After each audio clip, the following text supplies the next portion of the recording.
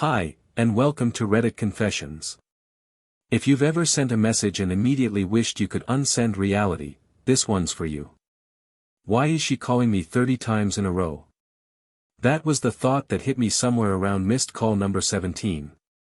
The sound was off. I'd already silenced my phone after the 8th ring, but the buzzing on the kitchen counter was like a jackhammer pounding into my already shredded nerves.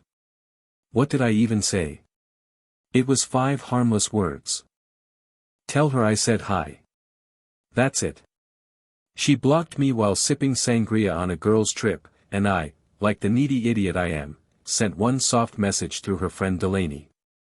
Just to check she was okay. Just to feel human again. And now she's blowing up my phone like I pulled the pin on something explosive. No answers. Just chaos. Let's rewind 40 minutes.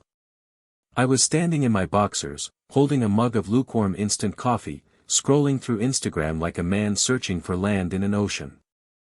And there it was, a boomerang of her clinking glasses with 3 other women on a balcony I'd never seen before. Caption: Weekend Reset.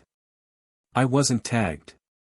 The balcony wasn't from the Airbnb listing she showed me. The 4th wine glass was being held by a man. No tag. No face.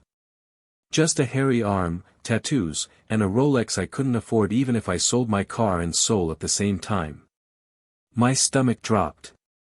I checked her messages, or tried to. Blocked on iMessage.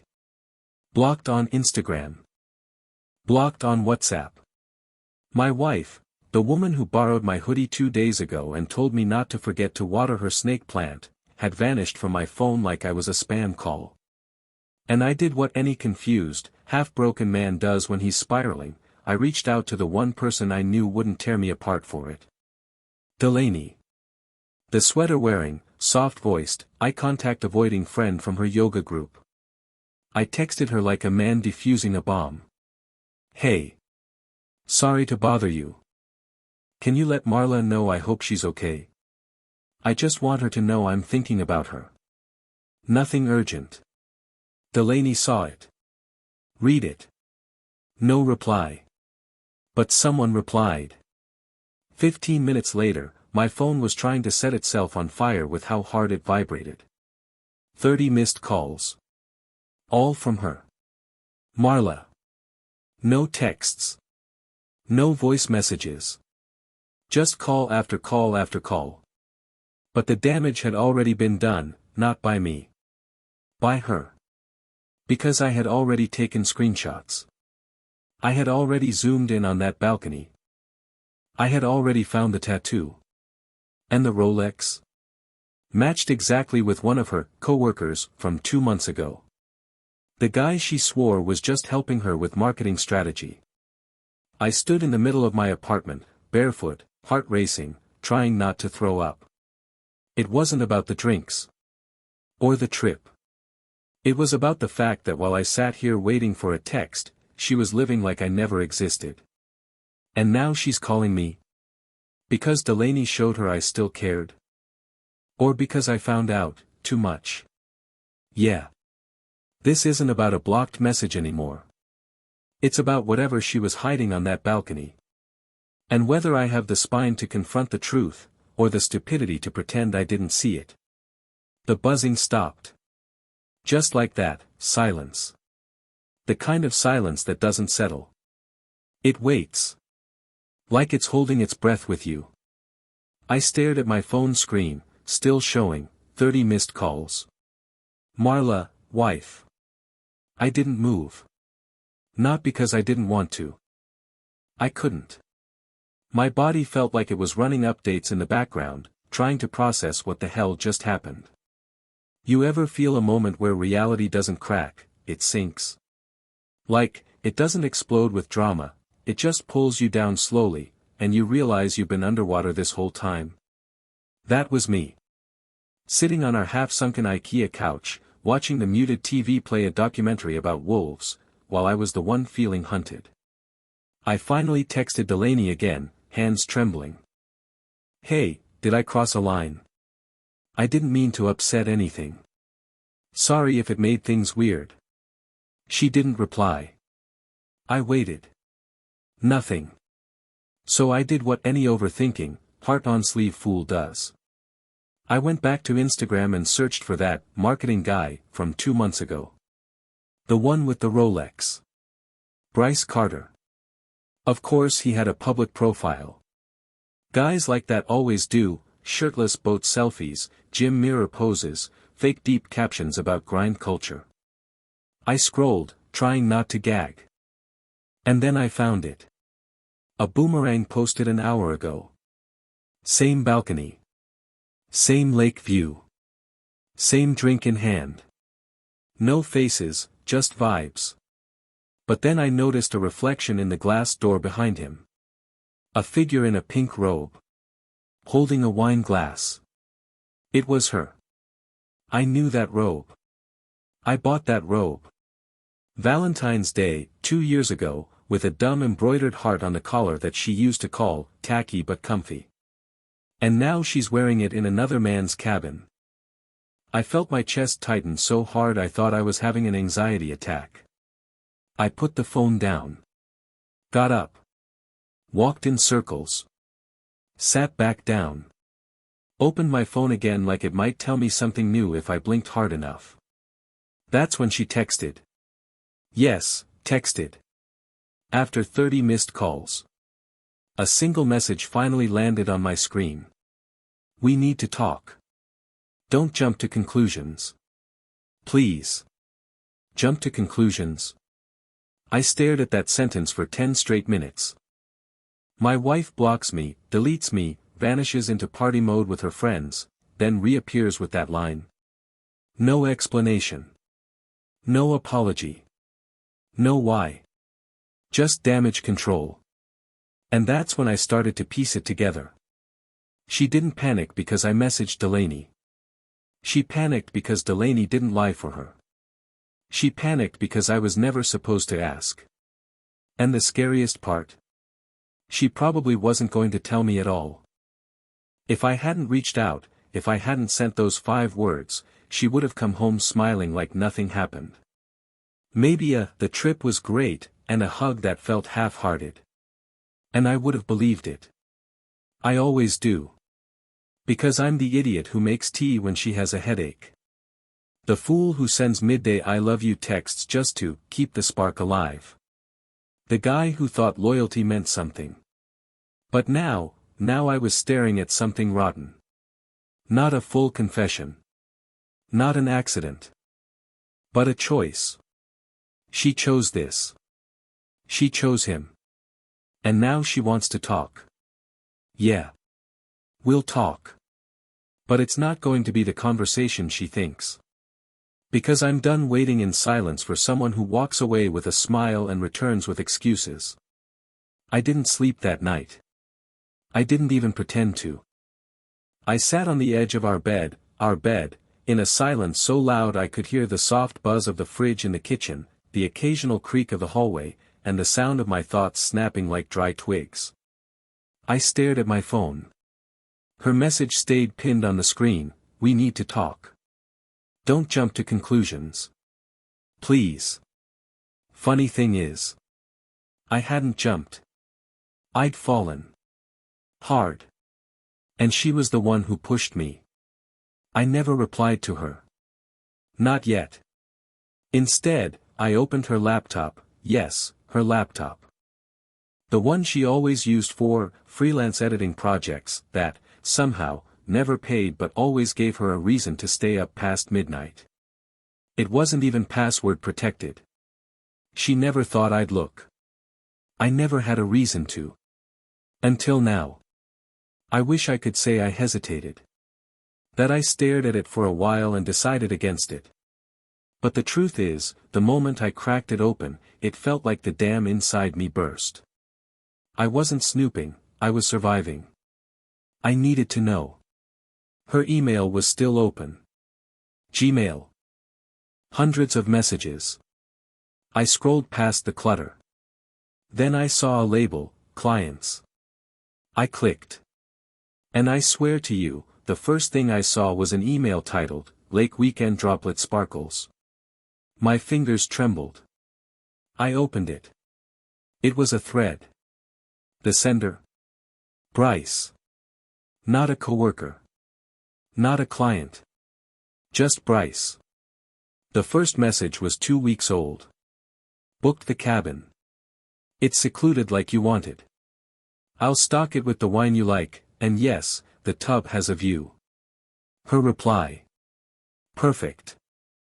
Can't wait to disappear with you for a few days. I told Dale it's a girl's trip. He's too sweet to suspect anything. I read that last sentence 5 times. It felt like someone shoved a fist straight through my chest. Too sweet to suspect anything.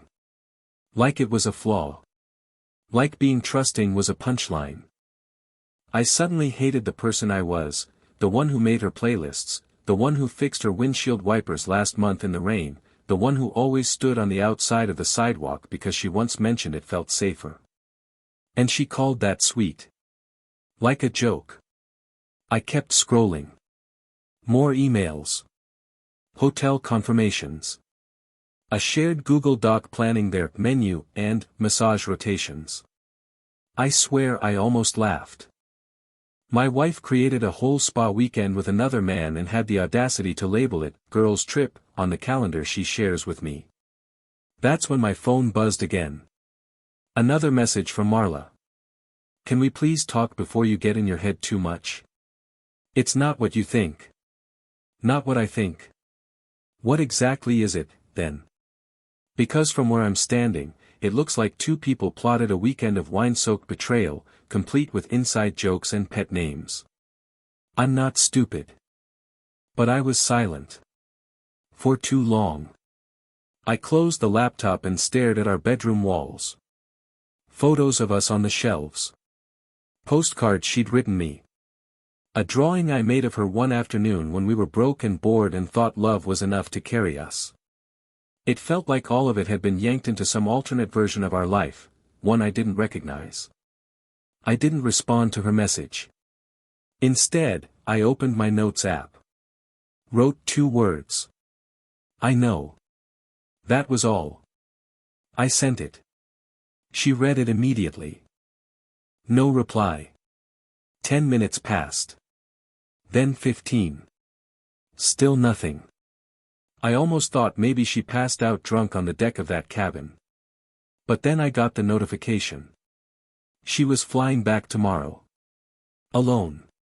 Early. And something told me she was coming home not to fix things, but to rewrite them. The door opened like it always did, soft, quiet, with a tiny squeak on the hinge I never bothered fixing because she said it made our place sound lived in. She walked in with her roller suitcase in one hand and her phone in the other, looking like someone who had rehearsed a speech the whole flight home. Her sunglasses were still on, even though it was 8:12 p.m. and the hallway was dim. She didn't smile. She didn't say hello. She just stood there for a moment and said, "Okay. Let's talk." I didn't answer. I was sitting on the couch with her laptop in my lap, the screen still open to the email thread she forgot to log out of. Her expression didn't change. She didn't flinch, didn't ask what I'd seen. That told me everything I needed to know. She knew it was all there. She had nothing left to hide, only to spin. "I know it looks bad," she said, finally taking off her sunglasses and setting them down on the table. "But you have to understand." "I understand perfectly," I cut her off. My voice cracked halfway through, and I hated how weak I sounded, how small. "You planned a romantic weekend with another man and told me you needed space to reconnect with yourself. That about right?" She sat down across from me like this was some kind of job interview. Composed. Poised. Like I wasn't breaking apart right in front of her. "I never meant for you to find out that way," she said. That was it. That was her opener. "You never meant for me to find out at all," I snapped, and the bitterness in my own voice shocked me. I wasn't used to sounding angry. I was used to being overlooked, talked over, dismissed. But right now, I felt the rage tightening in my throat like a dam that couldn't hold. Bryce and I, it wasn't supposed to be like this, she continued, her voice softening in that fake calming tone she used when she was trying to defuse me like a ticking bomb. It just sort of happened. I've been feeling distant from us, and you're always working, Anne. Don't, I said, shaking my head. Don't drag my job into this. Don't try to paint this like some tragic accident where you tripped and fell into a cabin with a man who wears $800 shoes. That's when her mask slipped just a little. You don't get it, she muttered, quieter now. You never get it. You're always just, here. Predictable. Sweet. And sometimes it feels like I'm suffocating. There it was. The confession. Not just the cheating, but the contempt. That slow-burning disdain that had been growing beneath every "love you" she muttered while scrolling on her phone. You told Delaney I was too sweet to suspect anything, I said, not even trying to hold back the sarcasm now. Is that the punchline you were hoping for? That I'd just sit here and smile while you played house with someone else? She looked away. And for the first time since she came in, she looked a little scared. Not of me, obviously. Of herself. Of the words she couldn't unsay. I stood up. Walked past her. Went into our bedroom. Came back out with a small box, the kind you use to return something expensive you don't want anymore. I set it on the table in front of her. What's this? She asked, her voice barely above a whisper. Everything that used to belong to you in this place, I said. Your spare keys. Your backup charger. Your drawer full of little things you didn't think I noticed. Take them. Go. She opened her mouth to speak, but I raised a hand. No more speeches. No more pretending this was just a mistake. You didn't just make a bad decision, Marla. You lived in it. You planned it, wrapped it in ribbon, and posted it to your story. She reached for her phone. Can we just breathe for a second? Can we not do this right now? But I had already made up my mind. You made your choices. I'm just finally responding. And with that, I walked past her. Into the kitchen. Shut the door. Left her there on the couch, sitting beside a box full of the life she threw away for a weekend getaway and a man with the personality of a gym locker. And for the first time in days, the silence didn't feel heavy. It felt deserved. I thought she'd leave. I genuinely did. After everything, the lying, the blocking, the emails, the 30 missed calls, I expected her to take that box of her belongings and walk out the door like someone who knew they'd burned the bridge down to ashes. But she didn't. She stayed. She sat there on our couch for over an hour, like a statue carved out of guilt and cowardice, clutching her phone in one hand and holding back tears that, frankly, didn't matter anymore. I stayed in the kitchen. I couldn't bear to look at her. Every time I did, it felt like seeing a stranger wearing my wife's face. Eventually, she called out, "Dale, I don't have anywhere to go." That one sentence made something inside me break. Not because I pitied her. But because I finally understood something I hadn't allowed myself to see for years. I had become her safety net. Her fallback. The emotional mattress she could always land on, no matter how recklessly she jumped. And I'd let her. I came out of the kitchen, calm but cold, and asked her, "Where was Bryce going to take you when you were done disconnecting from me?" Didn't think that far ahead. She didn't answer. Just looked down at her phone. "You weren't supposed to find out," she whispered. "No, I wasn't," I agreed. "And you weren't supposed to care if I did." She looked up at me then, and for a brief second, I saw something behind her eyes that wasn't guilt or fear. It was frustration. Not because she had hurt me, but because I had interrupted her fantasy. Because I had caught her mid-lie, and now she'd have to deal with the consequences instead of pretending it was all still under control. And that's when she dropped a bomb I wasn't ready for. "I think I was going to leave you anyway," she said flatly. "Eventually. Not like this, but I don't know. Things haven't felt right for a long time. I stepped back. It felt like someone had slapped me across the chest with an iron bar. This wasn't a breakdown. This was a reveal. She had been done with me long before Bryce. Long before Lake Rosalind. Probably even before she booked the cabin. Then why pretend? I asked, stunned. Why keep playing house? Why make me believe we were just in a rough patch? Because, she said, standing now, the ice forming in her voice, I was trying to figure out if there was anything left. But all we ever do is exist, Dale. You don't challenge me. You don't excite me. You just stay the same. And there it was. The truth I had been too blind, or maybe too hopeful, to see. She didn't want love. She wanted friction. Sparks. Conflict. A story. And I had given her consistency. Stability. Loyalty. But in her eyes, that made me disposable. I didn't yell. I didn't cry. I just nodded slowly, walked to the coat closet, pulled out the spare key she had left on the hook last year, and handed it to her. You'll figure something out. Just like you figured out a way to cheat while calling it self-care. She didn't say anything after that. She took the key. Picked up the box. Walked out with her eyes forward, like she had somewhere more important to be, like she was already imagining the Instagram caption she'd use to reframe this disaster into a spiritual awakening.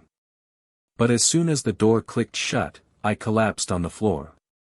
Not dramatically. Not like in the movies. Just slowly, like a building giving out one beam at a time. I sat there for what felt like hours, knees pulled to my chest, wondering how I ever mistook this version of love for something real. And then my phone buzzed again. One new email. Subject, you deserve to know everything. Sender, Delaney. When I saw Delaney's name pop up on my screen, I actually thought it might have been a mistake. Maybe a sympathy email. Something polite. Safe. She was always the quiet one, never the type to get involved in drama that wasn't hers. But the subject line told a different story. You deserve to know everything. Those 6 words hit me harder than Marla's 30 missed calls. I opened it without hesitation. What I found wasn't a message. It was a manifesto. Dale. I've been holding this in for months, but after everything that happened, the message you sent me, and the way she reacted, I just can't keep quiet anymore. I'm sorry it's coming like this, but I need you to see her the way the rest of us have started to. You don't know the full story. I think you should. My hand started to shake. I leaned forward, elbows on my knees, eyes locked on the screen like it held the final pieces to a puzzle I had no idea I was solving until now. Delaney's email continued. Marla didn't just cheat on you this weekend. This has been going on for months. Bryce isn't the first. He's just the first one you got close to figuring out. There was someone else before him. A guy named Travis. He was a bartender we met during a bachelorette trip last summer. She kept in touch with him behind your back, told us it was harmless. They met up twice in the city. She told me not to tell anyone, but I've felt sick about it ever since. Then Bryce came along, and everything changed. She got obsessed. She started manipulating the rest of us into covering for her. She made it sound like you were some emotionally stunted guy she was stuck with. I didn't believe her, but she's good at twisting the truth to suit her version of events. I didn't know how bad it got until the cabin plan. She told us it was just a girls' weekend, until we arrived and found out Bryce had already been staying there. When I confronted her, she said it was none of my business and accused me of being jealous. The energy was off. It was uncomfortable. I ended up spending most of the weekend at a hotel nearby because I didn't want to be part of it. You messaged me at the exact right moment. I showed her your text thinking it might guilt her into waking up. Instead, she exploded. She screamed. Said you were ruining everything. That's when I realized she never intended to come back and fix things. She was testing how far she could go, how much you'd put up with, how long she could lie before you'd finally see through her. She was never going to tell you. But now you know. And I'm sorry I didn't say something sooner. Delaney. I read it once. Then again. Then a third time. Each pass made me feel more detached from myself, like I was hovering above the room, watching some other guy get kicked in the ribs over and over. So it wasn't just Bryce. There had been another man before. There had been manipulation. Planning. A level of deception so casual and calculated it made my stomach churn. This wasn't a mistake. This wasn't a moment of weakness. This was a pattern. I tried to remember if there were signs, little cracks in the paint I ignored. Nights she stayed out late and blamed traffic. Phone calls she stepped out to take. The weekend trip where she came back and suddenly didn't like the scent of my cologne anymore. I remembered every one of them now, each reappearing like ghosts I hadn't invited. The worst part? I still missed her. Even now, after everything, I found myself longing for the way she laughed when she watched bad reality TV, or the way she used to squeeze my arm when we crossed the street. I hated myself for it. For being the guy who loved too blindly. For being the one she could walk all over and still find waiting when she was done playing rebel. But something had changed. Delaney's email burned away whatever illusions I had left. Marla hadn't just broken my heart, she had built a maze of lies and dared me to find the way out, confident I never would. And now? Now I had the map. I stood up. Walked to the closet. Pulled out a box labeled, taxes and old stuff, and dug until I found the envelope I hadn't touched since we got married. Our prenup. I didn't even remember half the terms, just that I signed it because she insisted. Said it was, for clarity, not control. But now it might become the most useful piece of paper in my life. I picked up my phone, opened a new message to Marla, and wrote. You've got 24 hours to come get the rest of your things. After that, they go to the curb. I hit send. No love. No name. Just a deadline. And for once, it felt like I was the one in control. She came back the next day wearing the same neutral face she always used when she wanted to get through something quickly, like returning a purchase she regretted, or talking to a coworker she secretly disliked. This time, I was the one she wanted to get through. She didn't knock. She didn't even text. She just used the spare key, walked in like the place still belonged to her, and headed straight for the closet like it was any other Wednesday. Like she hadn't nuked our marriage from the inside out. I stood in the hallway and watched her pull out hangers and shoes, folding shirts with military precision. Not a single glance in my direction. It was almost impressive how good she'd gotten at emotional surgery, cutting out what no longer served her and packing it neatly into a suitcase. But I wasn't playing the role this time. I stepped into the bedroom doorway and said, "Did Delaney tell you she emailed me?" That stopped her. For a moment, her hand hovered midair with one of her cardigans. Her eyes met mine. Cold. Tired. But no shock. No fear. Just irritation. She told me she might, she said, almost bored. You knew. She shrugged. She's always had a problem with boundaries. Boundaries? I repeated. She told me about Travis. About how this thing with Bryce isn't new. About how you've been using your friends like a human alibi system. Marla finally turned to face me. And what? You want a medal because you finally grew a spine and started asking questions. You never wanted to see the truth, Dale. That was your whole charm, blind loyalty. Softness. Softness isn't weakness, I shot back.